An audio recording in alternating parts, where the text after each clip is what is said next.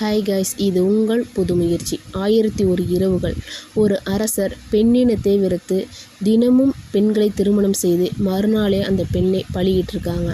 இதை தடுக்கிறதுக்காக அந்த அமைச்சரோட பொண்ணே அரசரை கல்யாணம் பண்ணி 1001 இரவுகள் 1001 கதைகளை சொல்லியிருக்காங்க.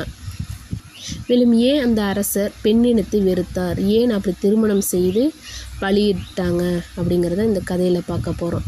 இந்த கதை உங்களுக்கு பிடிச்சிருந்தா லைக் பண்ணுங்கள், ஷேர் பண்ணுங்கள், சப்ஸ்கிரைப் பண்ணுங்கள். அப்புறம் உங்களோட ஒப்பீனியனை மறக்காமல் கமெண்ட் பண்ணுங்கள். இந்த கதையை தொடரலாமான்னு நீங்கள் தான் சொல்லணும். ஓகே, பார்க்கலாம். கிபி 7ஆம் நூற்றாண்டு வாக்கில் பாரசீகத்தில் காலிஃப்கள் அரசாண்ட காலத்தில் வாழ்ந்த கவிஞர் தான் இபின் அல் முகாஃபா.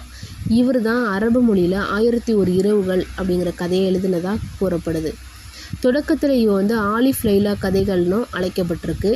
அதில் 1001 கதைகள் இல்லைனோ சில 100 கதைகள் தான் இருந்துச்சு.